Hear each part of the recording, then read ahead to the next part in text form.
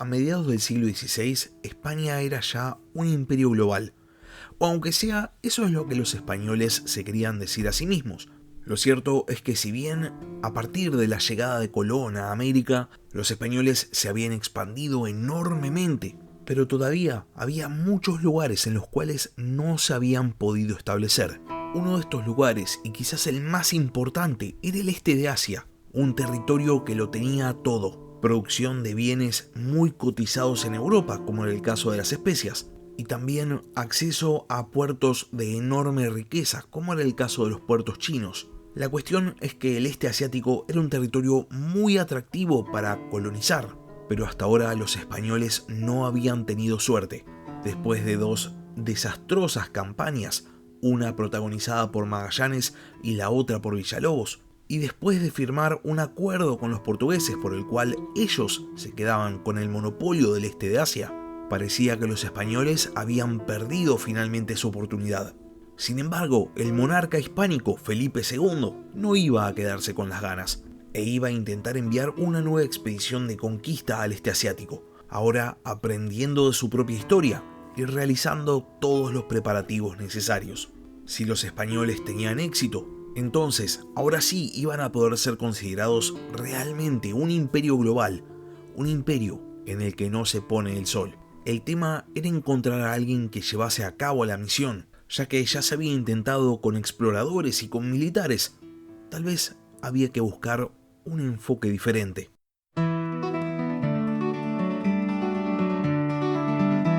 Hola a todos, sean bienvenidos al podcast de historia La Barba Roja de Barba Roja.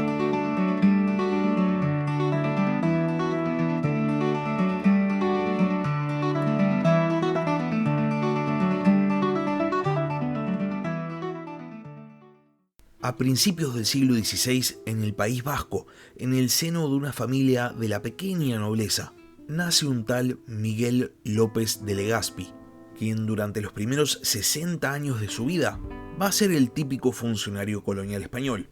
Legazpi se educa en la península ibérica para cumplir funciones administrativas, radicándose a los 40 años en la Nueva España, es decir, en el actual México, donde va a realizar las tareas para las cuales se había educado, pero a su vez siempre de alguna manera va a estar relacionado con el mundo de los conquistadores, los exploradores y los aventureros. De hecho, la casa de Legazpi en México se va a transformar en una parada obligada para todos aquellos hidalgos o nobles empobrecidos que viajaran al Nuevo Mundo para intentar ganarse la vida. En esencia, Legazpi era un tipo al cual la aristocracia colonial le tenía confianza. De hecho, Legazpi había ocupado altos cargos en la administración del virreinato de la Nueva España, por lo que parecía que su contribución al imperio español radicaba en la administración. Y sin embargo, para su sorpresa, se le iba a asignar una misión muy delicada. Habían pasado poco más de 20 años desde el desastre de la expedición de Villalobos a las Filipinas, y sin embargo, para Felipe II de España, el asunto de la conquista de las Filipinas había quedado como una eterna espina clavada. El monarca español sabía que su imperio se había quedado fuera de un muy lucrativo comercio en el este asiático, el cual en este momento estaba completamente en manos de los portugueses, y entonces, nuevamente, decide encargar el envío de una expedición al archipiélago de las Filipinas, y decide asignar la tarea al virrey de la Nueva España, llamado Luis de Velasco, quien a su vez deriva el comando de la expedición en Legazpi. Esto debe haber sido una enorme sorpresa para el conocido administrador colonial. Legazpi, que había llegado a la Ciudad de México allá por el año 1542, se había casado con una mujer llamada Isabel Garcés y había tenido 9 hijos, muchos de los cuales, habiendo pasado 20 años, eran ya adultos. Esto quiere decir que Legazpi era un tipo de familia y además era un administrador colonial que no había recibido ningún tipo de instrucción militar. Y sin embargo, en él recae el comando de la expedición a las Filipinas, que tenía que ser la definitiva, porque ya era la tercera. Legazpi recibe el encargo de dirigir la misión de conquista a las Islas Filipinas en el año 1564. Para este momento, hacía poco que Legazpi había enviudado, sus hijos ya eran mayores, así que el confiable administrador colonial acepta. Ahora bien, siendo que esta iba a ser la tercera vez que los españoles iban a intentar la conquista de las Islas Filipinas, esta nueva expedición iba a estar excelentemente preparada. De hecho, el motivo por el cual los españoles van a conseguir preparar esta expedición tan bien es que van a estudiar su propia historia, se van a dar cuenta de sus propios errores y van a trasladar un montón de lineamientos a Legazpi para que comande una expedición exitosa.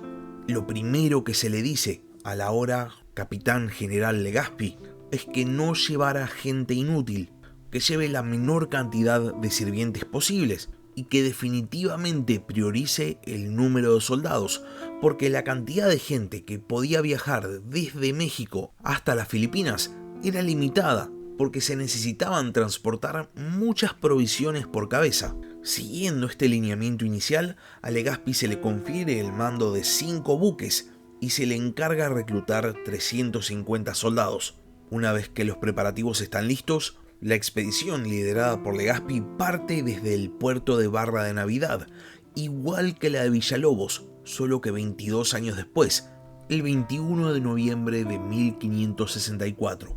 El primer objetivo era cruzar el vasto Océano Pacífico, cosa que los españoles consiguen hacer en 3 meses, llegando a la isla de Guam, que Magallanes había bautizado como la Isla de los Ladrones el 22 de enero de 1565. En Guam, Legazpi se dispone a conseguir más provisiones porque después de 90 días ya se le estaban empezando a agotar. Y para evitar conflictos, aprendiendo una vez más de las experiencias vividas por los anteriores exploradores españoles, ordena a sus hombres que no desembarquen para evitar entrar en conflicto con los nativos.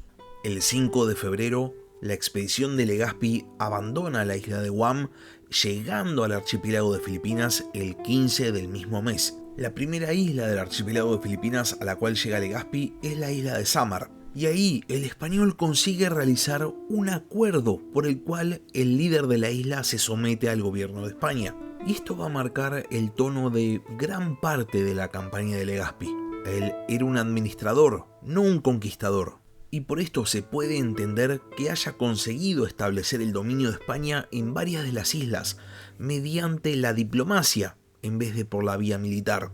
Esta estrategia funciona excelentemente hasta el momento en el que los españoles llegan a Cebú, donde reinaba el rey Tupas, hijo de un viejo conocido de los españoles, llamado Humabón. Los oyentes del podcast tal vez recuerden que Humabón es aquel monarca de las Filipinas que hace un temprano pacto de alianza con Magallanes y lo termina justamente después de la muerte del portugués, emboscando y asesinando una gran cantidad de ibéricos en un banquete. Desde ese momento, Humabón se había transformado en enemigo jurado de los españoles, y esta era una convicción que su hijo lógicamente iba a mantener. Legazpi va a intentar negociar con Tupas, pero no va a conseguir nada. El monarca tenía con qué resistir. Cebú era una ciudad muy poblada, y por ese motivo cuando Legazpi intenta nuevamente entablar negociaciones, Tupas decide simplemente enviar un ejército, apelando a la misma estrategia que había derrotado a Magallanes, es decir, enviar una gran cantidad de hombres contra un reducido número de españoles. Los 2.500 soldados de Tupas atacan a los ibéricos en el momento en que las fuerzas de Legazpi estaban desembarcando, de vuelta, siguiendo el libreto de la victoria sobre Magallanes. Pero en este caso los españoles venían mejor preparados, no habían sido privados de alimentos durante mucho tiempo y contaban con una mayor cantidad de soldados. Y entonces las tropas de Legazpi consiguen rechazar al ejército atacante, pasando después a la ofensiva y atacando la propia ciudad de Cebú. Los soldados españoles entran en la ciudad al tiempo que los buques españoles efectuaban un bombardeo. El efecto es catastrófico en la moral de los habitantes de Cebú, consiguiendo que el rey Tupas se rinda. Legazpi demostraba de esta manera que no era solamente un funcionario de confianza, sino que también tenía dotes militares. Los españoles van a tomar posesión oficial de la isla mediante la fundación de varios poblados, entre los que destaca la villa de San Miguel, que es lo que hoy en día se conoce como la ciudad de Cebú. Después de la conquista de Cebú, Legazpi decide enviar emisarios a la corte española para informar de lo que había sucedido.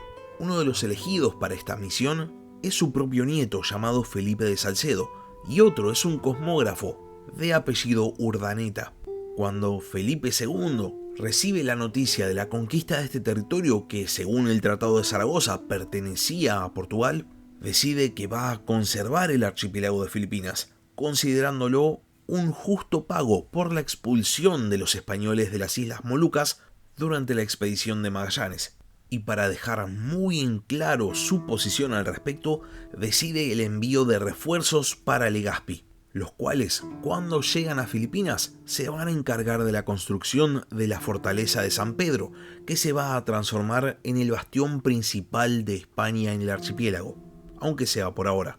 Con gran parte del archipiélago bajo su control y una gran cantidad de tropas a su disposición, Legazpi va a dedicarse a lo que mejor sabía hacer, la administración, encarando una serie de reformas, entre las cuales está la introducción del sistema de la encomienda en las Filipinas. Además, decide establecer redes de comercio con los estados vecinos, haciendo especial énfasis en el mercado que más le importaba a todos los europeos, que era el mercado chino.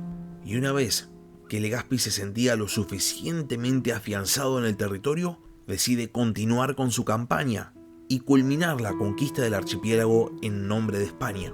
El 8 de mayo de 1570, los españoles llegan a la bahía de Manila, en la isla de Luzón. En el lugar se emplazaba un asentamiento bastante próspero dedicado al comercio, que recibe a los españoles de manera muy amistosa.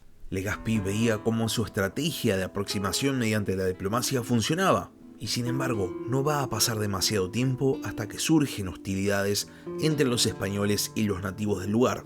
Se produce un conflicto y los españoles emergen victoriosos. El gobernante del lugar, el Rajá Matanda, entrega el asentamiento llamado Maynilad a los españoles, y en el lugar Legazpi decide la fundación de una nueva ciudad que iba a servir de base para toda la expansión española en el este asiático, y le va a poner de nombre Manila, obviamente inspirado en Maynilad, que ya estaba fundada. La fundación de Manila se va a realizar oficialmente el 24 de junio de 1571. Y para garantizar que no surgieran nuevas hostilidades entre los nuevos gobernantes españoles y la población nativa del lugar, se decide que la ciudad iba a estar dividida en dos: un recinto amurallado en el cual iban a vivir los españoles y una ciudad extramuros que iba a ser 100% nativa.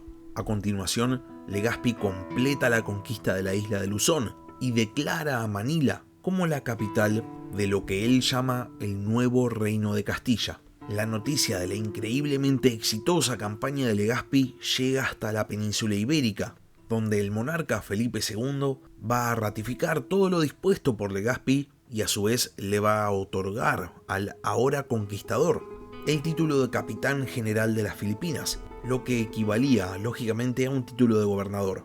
Legazpi nunca va a recibir la noticia, ya que el 20 de agosto de 1572 fallece, dejando atrás suyo una muy exitosa campaña a las Filipinas.